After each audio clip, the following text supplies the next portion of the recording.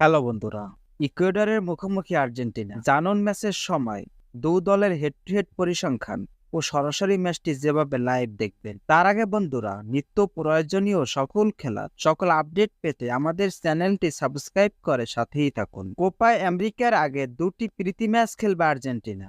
একটি খেলবে ইকুয়েডরের সাথে, আরেকটি খেলবে গুয়াতেমালার সাথে। ইকুয়েডরের সাথে ম্যাচটি খেলবে জুনের 10 তারিখ সকাল 5টায়, আর গুয়াতেমালার সাথে খেলবে জুনের 15 তারিখ সকাল 6টায়।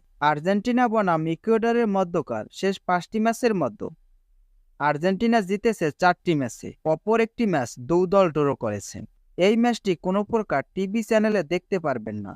আর্জেন্টিনা বনাম ইকুয়েডরের মধ্যকার ম্যাচটি সবথেকে সহজে লাইভ দেখতে এই ভিডিওর কমেন্টে থাকা লিঙ্কে ক্লিক করে অ্যাপটি ডাউনলোড করে অ্যাপের ভিতরে প্রবেশ করে একদম সহজে কোনো প্রকার বাফারিং ছাড়া ম্যাচটি লাইভ দেখতে পারবেন।